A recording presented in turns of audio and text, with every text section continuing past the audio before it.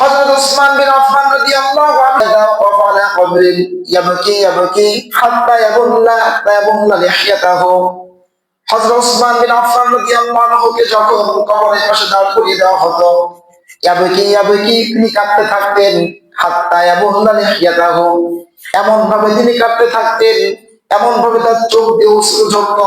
হাদিসের পাতার মধ্যে এসেছে হাত্তা ইয়াবুল্লা লিহইয়াতাহু, হযরত উসমান বিন আফফান রাদিয়াল্লাহু আনহুর চোখ দিয়ে অশ্রু ঝরে, আর এই অশ্রু দিয়ে দাড়ি মোবারক ভেজে যেত।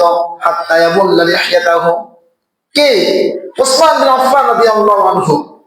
তিনি দুনিয়ায় থাকতেই জান্নাতের সুসংবাদ পেয়েছেন যে তুমি জান্নাতি, তুমি মরার পরে তোমাকে কবরে আযাবের ভয় করতে হবে না, জাহান্নামে যাওয়ার প্রশ্ন দূরের কথা, তুমি মরবে আর জান্নাতের বিশাল নিয়ামত তুমি ভোগ করবে।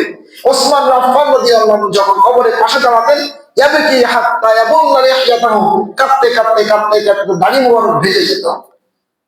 সাহাবায়ে কেরাম প্রশ্ন করতেন, সঙ্গীরা প্রশ্ন করতেন যে তাযকুরুল জান্নাত ওয়ান নার, আপনার সামনে তো জান্নাতের আলোচনা হয়ে থাকে, আপনার সামনে তো জাহান্নামের আলোচনা হয়ে থাকে, সেই ভীতিকর আলোচনা আপনার সামনে হয়ে থাকে, অনেক সুসংবাদ নিয়ামতের কথা আপনার সম্মুখে আলোচনা হয়ে থাকে। ওয়ালা তাবকি, আপনি তো কাঁদেন না। তাবকি মিন হাদা, কিন্তু কবরের পাশে আসলে এমন ভাবে আমার চোখ থেকে অশ্রু ঝরতে থাকে, এমন ভাবে আপনি কাঁদতে থাকেন, আপনার দাড়ি মোবারক ভেজে যায়। এর কারণটা কোথায়? এর কারণটা কোথায়? হযরত উসমান বিন আফফান রাদিয়াল্লাহু আনহু বলেন, ওয়া রাসূলুল্লাহ সাল্লাল্লাহু আলাইহি ওয়াসাল্লাম, ইন্নাল কবরা আউয়ালু মানাজিলিল আখিরাহ। ওগো আমার সাথীবর্গ, ওগো আমার সঙ্গে সাথীরা, তোমরা জেনে রাখো, আমার নবী পাক সাল্লাল্লাহু আলাইহি ওয়াসাল্লাম বলেছেন, কবর হলো আউয়ালু মানাজিলিল আখিরাহ, কবর হলো আখিরাতের প্রথম ঘাঁটি।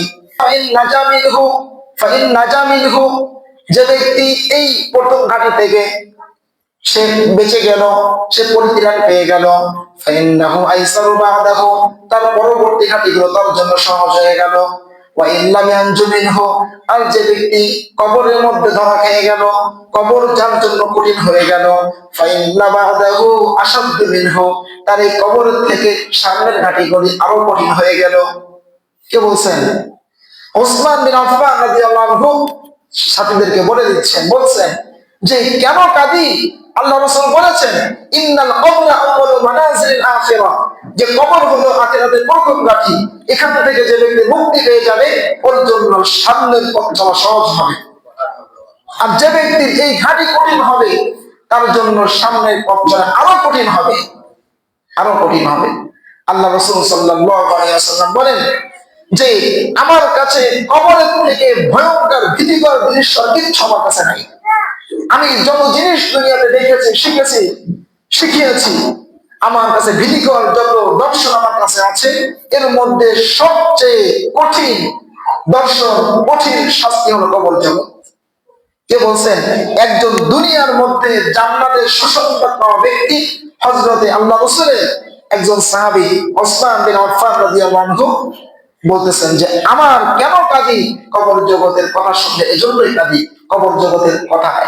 কবর জগৎ, কবর জায়গাটা এতই কঠিন, এজন্যই কান্না আসে। কিন্তু আমাদের অবস্থা কি? আমাদের সার্টিফিকেট দূরের কথা, আমাদের কর্মকাণ্ড আর আমাদের বাস্তবতা দেখলে আমাদের মনে হয় আমরা দুনিয়ায় জান্নাত ভোগ করছি, দুনিয়ার মধ্যে জান্নাত ভোগ করছি। কি অবস্থা! আল্লাহ আমাদের মাফ করেন, আল্লাহ আমাদের মাফ করেন।